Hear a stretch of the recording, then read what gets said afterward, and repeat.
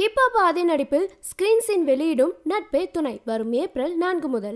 நம்ம தல அஜித்தை பொறுத்த வரைக்கும் அனைவராலும் விரும்பப்படுற ஒரு சாமையான நடிகர் அப்படின்னு சொல்லலாம். அஜித் நடித்த விஸ்வாசம் திரைப்படத்தை பொறுத்த வரைக்கும் கிட்டத்தட்ட 100 நாளுக்கு மேல ஓடி பிளாக் பாஸ்டர் ஆகி இருக்கு. இந்த காலகட்டத்துல இந்த மாதிரி 100 நாளெல்லாம் மூவிஸ் ஓடுறது அப்படிங்கிறது ரொம்ப பெரிய விஷயமா தான் பார்க்கப்படுது. இதை விட நம்ம தல அஜித்துக்கு பேஷனான விஷயங்கள் நிறைய இருக்கு அப்படின்றது உங்க எல்லாருக்குமே நல்லாவே தெரியும்.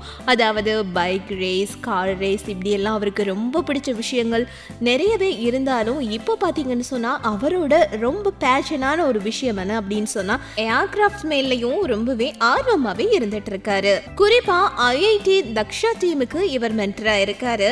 அது மட்டும் இல்லாம ஆஸ்திரேலியாவில் நடைபெற்ற UAV மெடிக்கல் சேலஞ்சஸ்ல இந்த டீம் செகண்ட் பிளேஸை பெற்றுச்சு அப்படின்றதும் எல்லாருக்கும் தெரிஞ்ச விஷயம்தான்.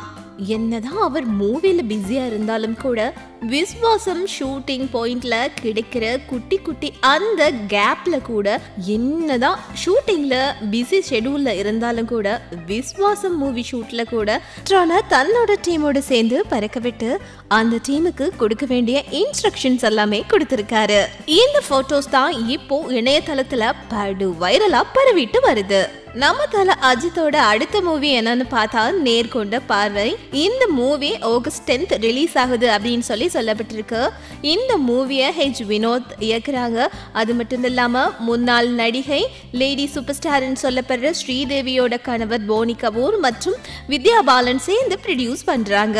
அது மட்டும் இல்லாம நேர்கொண்ட பார்வை அப்படின்ற இந்த மூவில ஊடகவியலாளர் ரங்கராஜ் பாண்டேயும் முக்கிய இடத்துல நடிச்சிட்டு வரார் அப்படிங்கிறது முக்கியமான விஷயம். இந்த மாதிரி பிஸியான ஷூட்டிங் ஷெடியூல்ல கூட தன்னோட ஐஐடி ஸ்டூடெண்ட்டுக்காக அஜித் எவ்வளோ டைம் ஸ்பெண்ட் பண்ணியிருக்காரு அப்படிங்கிறது இதுல இருந்து தெரியுது. இதை பார்க்குறப்போ உங்களோட மனசுல என்ன தோணுது அப்படின்றத மறக்காம எங்களோட கமெண்ட் பகுதியில் பதிவு செய்யுங்க.